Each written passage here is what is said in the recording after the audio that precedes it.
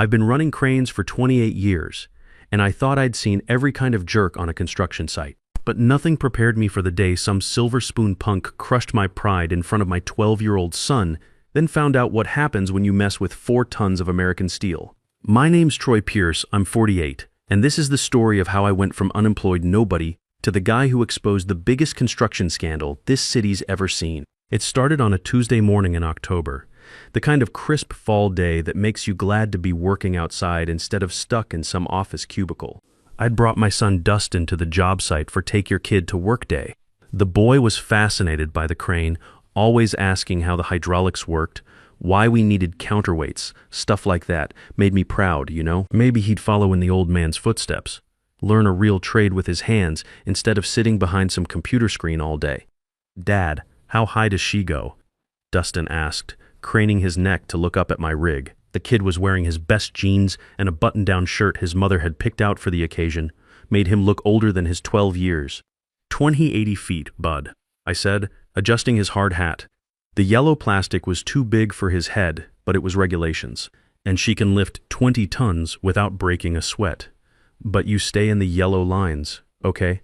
This isn't a playground. This is serious business." Wade Peterson, the gate guard who'd been around since the site opened 3 years ago, chuckled from his folding chair. Wade was one of those guys who should have retired 10 years back but couldn't afford to. His pension had been gutted by some corporate restructuring, so he kept working, watching the gates and shooting the breeze with whoever would listen. "Your daddy's the best operator in the state, kid," Wade said, spitting a sunflower seed shell into an empty coffee can. He could lower a piano onto a stack of eggs without cracking a shell. Seen him thread a steel beam through a window opening with 2 inches to spare on either side, I felt that familiar swell of pride. 28 years of building this city's skyline, one steel beam at a time, started when I was 20, fresh out of trade school and eager to prove myself. Worked my way up from ground crew to tower crane operator, the most skilled position on any construction site. These days, they wanted everything done fast and cheap, but I still believed in doing it right. "Can I go up with you today, Dad?" Dustin asked, his eyes wide with excitement. "Maybe later, sport?" "Let me get through the morning lifts first." That's when we heard it. The rumble of an expensive engine that didn't belong on a construction site. A silver Mercedes AMG GT came roaring through the gates, its exhaust note aggressive and out of place among the diesel trucks and heavy machinery. The driver didn't head for the management parking area like he should have. Instead, he swerved that low-slung sports car right into the drop zone.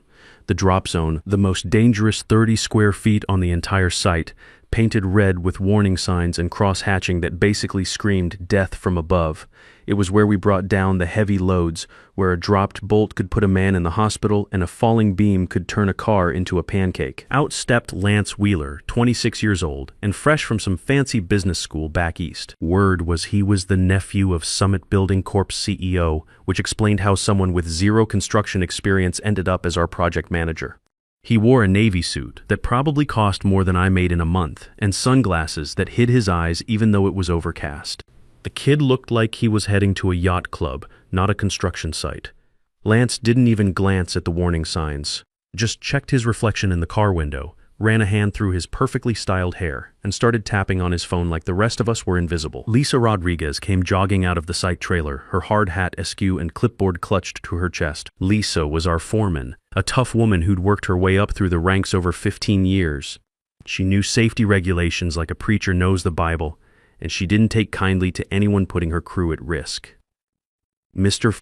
Wheeler, you can't park there," she called out, slightly out of breath from her sprint across the uneven ground. "We've got steel coming in at 9. "That's an active load zone." Lance held up his hand without even looking at her, his attention still focused on his phone.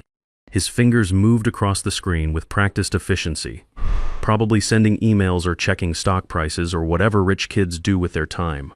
"Relax, Lisa," he said, his voice carrying that particular tone of condescension that made my jaw clench. "I'm only here for the morning brief. I'm not walking through the mud in these shoes." He gestured down at his Italian leather loafers, which probably cost more than most guys made in a week. "We can't work around it," I said, stepping forward before I could stop myself. The words came out because somebody had to speak up. 30 men on this crew, and they were all looking at the ground, afraid to challenge the boss's nephew. If I drop a load or even a shackle, that car's pancaked. Insurance won't cover negligence, Mr. Wheeler.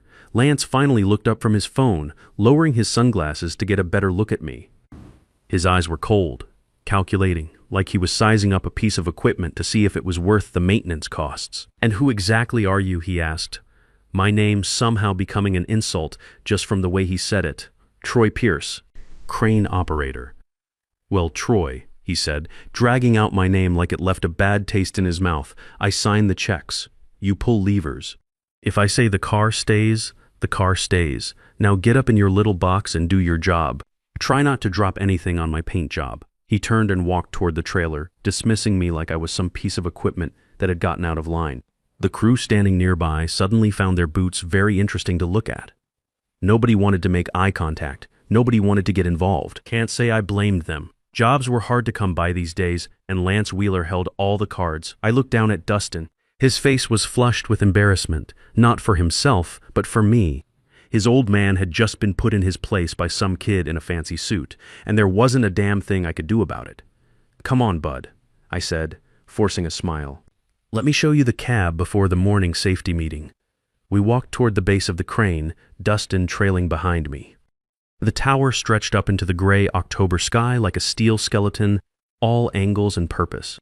She was a Liebherr 550 ECH, the kind of machine that takes real skill to operate. Not like these new computer-controlled rigs that practically run themselves.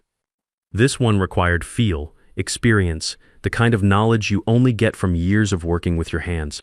"Dad," Dustin said as we reached the base of the ladder, "why didn't you tell him to move his car?" That question hit me harder than Lance's insults. How do you explain to a 12-year-old that sometimes the world doesn't work the way it should? That having the right answer doesn't matter if you don't have the right last name? Sometimes, sport, you have to pick your battles, Mr. Wheeler's got the authority to make those calls. But you said it was dangerous. It is dangerous. But I'll be extra careful today. Dustin nodded, but I could see the confusion in his eyes. His dad, who'd always taught him to stand up for what's right, had just backed down from a fight. The lesson wasn't lost on him, and it made my stomach turn. I'd started working construction right out of high school. Back then, there was still some respect for the guys who actually built things. You learned from the old-timers, served your apprenticeship, earned your place through sweat and skill. These days, some college kid with an MBA could walk in and start giving orders to men who'd been perfecting their craft since before he was born. The next few hours were a nightmare. Every lift had to be calculated around that silver Mercedes sitting in my drop zone like a landmine. I had to swing loads in wide arcs, compensating for wind shear and momentum, all while keeping one eye on that car and praying nothing went wrong. A crane operator's worst fear isn't dropping a load, it's dropping it on someone. And with Lance's precious vehicle right in the danger zone, I was walking a tightrope 280 feet in the air. At 10:30, we had our first close call. I was moving a bundle of rebar, maybe 3 tons worth, when a gust of wind caught it. The load started to swing, pendulum-like, directly toward the parking area. I had to hit the brake hard, the cable snapping taut with a sound like a gunshot. The rebar bundle stopped maybe 10 feet from the Mercedes, swaying back and forth. My radio crackled immediately. "Troy, what the hell was that?" Lisa's voice was tight with anxiety. "Wind shear," I replied, wiping sweat from my forehead despite the cool morning air. Had to emergency stop to avoid the vehicle in the drop zone. "Copy that. I'll talk to Wheeler again. Don't bother, he's made his position clear." But Lisa tried anyway. I watched from the cab as she approached Lance, who was standing outside the trailer with a group of architects, probably discussing how to cut more corners to boost profits. Even from 280 feet up, I could see his dismissive wave, the way he turned his back on her mid-sentence. By 11:30, word had spread through the crew about the close call. Guys were starting to get nervous. Nobody wanted to be under a swinging load when the operator was having to thread needles because of some rich boy's convenience. The welders moved their work to the far side of the building. The concrete crew found reasons to take their break early. That's when I saw Lance emerge from the trailer again. But this time he wasn't alone. He was walking with Dustin. My heart stopped. I locked the crane controls and grabbed my radio. "Lisa, why is my son out of the trailer?" "I don't know," she whispered back, panic in her voice. Wheeler called him out, said he wanted to talk to the boy about his future. I couldn't stop him, Troy. He's management. I watched through the cab's dirty window as Lance led my son toward the Mercedes. They stopped right next to the car. Lance's hand on Dustin's shoulder in a gesture that looked friendly from a distance, but felt all wrong to me. I shut down the crane's hydraulics and started climbing down that ladder faster than I'd moved in years. Every rung felt like an eternity. By the time I was halfway down, I could hear voices carrying across the site. Lance's voice loud enough for everyone to hear. The crew had stopped working. Jackamers went quiet. Welding torches died out. Everyone was watching the drama unfolding in the shadow of my crane. I hit the ground running, my boots slipping on the loose gravel as I headed toward them. That's when I saw what Lance was holding, Dustin's sketchbook. The one where he drew pictures of construction equipment, where he'd spend hours copying the way the crane looked against the skyline. "See, kid, this is why you need to go to college," Lance was saying, his voice carrying clearly in the sudden quiet. "So you don't end up like your old man here." He was flipping through the pages of Dustin's drawings, holding them up like evidence in a trial. "Sitting in a box all day, playing with joysticks, working for pennies. That's no life for a smart kid like you." I was still 50 feet away, close enough to hear every word but too far to stop what was happening. "Give me the book," I said, my voice low and dangerous as I closed the distance between us. Lance looked up at me, that same condescending smile spreading across his face. "Oh, look who decided to join us. I was just giving your boy some career advice, Troy. Telling him to aim higher than this." He waved dismissively at the construction site, at me, at everything I'd spent my life building. "Look around, kid. This is what happens when you don't get an education. Your dad here peaked in high school." "Give him the book," I said again, stepping closer. My hands were shaking, not from fear, but from pure rage that I was trying to keep bottled up. Lance laughed, a sharp sound that cut through the morning air. "You know what? I think you need an attitude adjustment, Troy." He looked at the sketchbook in his hands, then deliberately tossed it into the mud. Splat. Right next to Dustin's sneakers. "Pick it up," Lance commanded, but he wasn't talking to Dustin. He was looking straight at me, a challenge in his eyes. "Pick it up, Troy. Show your son how the real world works. Show him what happens when you don't have power." The construction site had gone dead quiet. 30 men were watching from various distances, some pretending to work but all tuned in to what was happening. The concrete crew had stopped their pour. The electricians had set down their tools. Even the traffic on the street seemed to fade into nothing. Dustin was looking up at me with those wide eyes, waiting to see what his dad would do. In that moment, I could see my own father in his face. The disappointment I'd felt as a kid when the world didn't work the way it was supposed to. When good men got stepped on by those with more money and connections, I bent down slowly, my knees popping in the silence.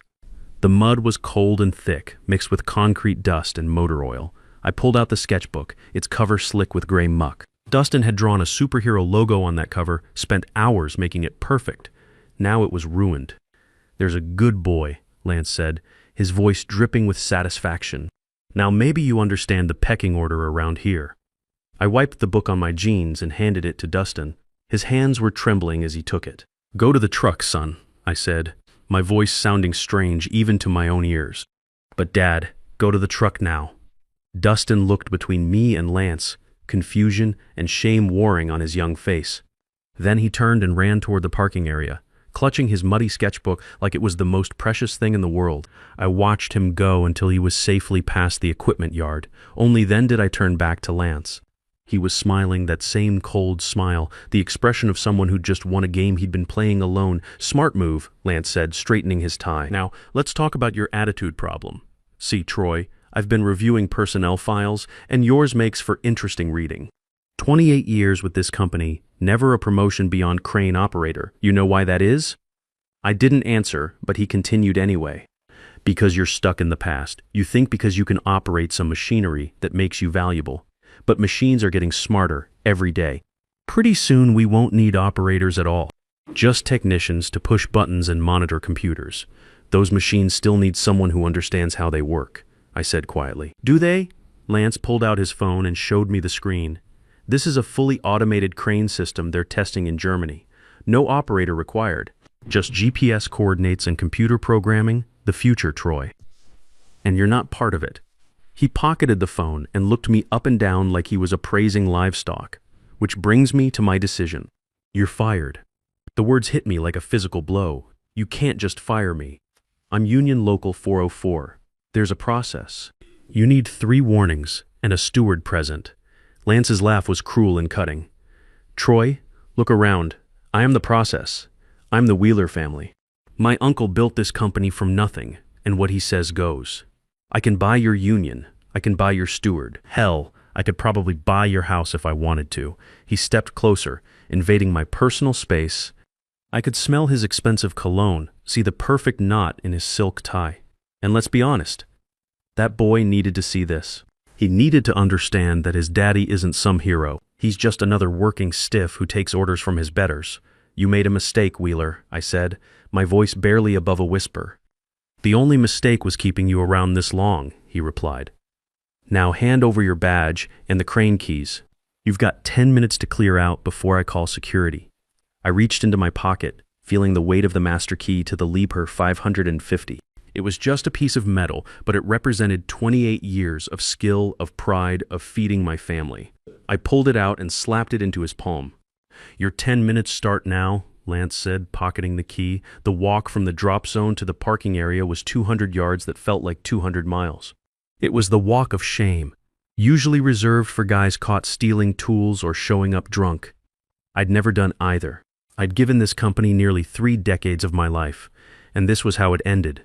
As I passed the rebar crew, they looked down at their boots. These were men I'd shared lunch with, guys whose kids played Little League with Dustin. But fear makes people do things they're not proud of. If Lance could fire Troy Pierce without cause, none of them were safe. Sorry, Troy, whispered Cody Williams, the rebar foreman, as I walked by. But he didn't stop working, couldn't afford to. I reached my truck and climbed in. Dustin was slumped against the passenger window, the muddy sketchbook in his lap. He looked up at me with red-rimmed eyes. Are we poor now, Dad? He asked in a small voice. That question cut deeper than anything Lance had said. No, son, we're gonna be fine, but you lost your job. Yeah, I did. But sometimes losing one thing opens the door to something better. I wasn't sure I believed that myself, but I had to say something. I pulled out my wallet and started digging through the leather compartments, looking for a business card I'd kept for 6 years. Amy Thomas, attorney at law. 6 years ago, she'd been a young site inspector who tried to shut down a dangerous concrete pour. Management had tried to destroy her career for speaking up. I'd testified on her behalf even though it cost the company money and made me some enemies. After the hearing, she'd handed me her card. If you ever need help, Troy, you call me. I found the card, bent and faded but still readable, and pulled out my phone. I dialed the number. It rang twice. Amy Thomas. Amy, it's Troy Pierce from the Summit Building Project. There was a pause, then her voice warmed. Troy, please tell me you're calling about a barbecue, not because you're in trouble. I'm in trouble, Amy. Big trouble. I told her everything. The Mercedes in the drop zone, the public humiliation, Lance calling me a nobody in front of Dustin, getting fired without cause. When I finished, I could hear the scratch of a pen on paper. He fired you verbally? She asked. Yes. In front of 30 witnesses. Did he give you a termination slip, Form 10C? No. Did you sign out at the time clock? I checked my watch. No. It's 11:52. I'm technically still on shift until noon. Listen carefully, Troy, Amy said, her voice dropping into rapid-fire legal mode. Under national safety standards and your union contract, Clause 14, Section C, the operator of record has absolute authority to neutralize any hazard in a designated drop zone before leaving the site. If that car is in the red zone and the crane is under load, that's a Class A safety violation. He took my key, Amy. Does he have the spare? My heart stopped. The spare key. Every smart operator kept a magnetic backup key taped under the cab seat for emergencies. Lance, the MBA graduate, wouldn't know about that old-school trick. No, I whispered. He doesn't. Then you have a choice. Drive away and file wrongful termination in 6 months. We'll win eventually. Or you can do your job. Abate the hazard. If you move that steel or if an accident happens while you're securing the site, you're protected under Good Samaritan Safety Act, as long as you don't intentionally target him. I just want to move the steel, I said. A plan forming in my mind. The car is in the way, then move the steel, Troy. But be careful. If you mess this up, I can't save you from jail. But if you do it right, you'll own him. I hung up and looked at Dustin. Stay here, bud. Dad forgot something important. What did you forget? I looked up at the crane towering against the gray sky. My self-respect. I walked back through the gates, not with the shuffle of a fired man, but with the steady stride of someone with a job to finish. Wade Peterson was still at his guard post, whittling a piece of scrap wood. Elevator's broken, Troy. Wade muttered without looking up. Exercise is good for the heart, Wade. The climb to the cab was 280 feet of pure adrenaline. Every rung brought me closer to either vindication or ruin. When I reached the top, I slid into the familiar operator's seat and reached under the cushion. Click, there it was. The magnetic spare key, right where I'd hidden it years ago. I fired up the diesel generator. The dashboard came alive with green, amber, and red lights. The familiar thrum of hydraulic pumps filled the cab. I grabbed the radio mic. This is Operator 1, powering up for emergency safety operations. Clear the deck. Troy, what are you doing? Lisa's voice crackled through the static. I'm still on the clock, Lisa. Check the logs. I haven't punched out. Under Clause 14, I cannot leave the site with an unsecured load over an obstructed drop zone. Troy, please. The wind's picking up. Hydraulic pressure's fluctuating. I have to ground the load. I pushed the joystick forward. 4 tons of steel beams began their descent. From 280 feet up, the Mercedes looked like a toy car.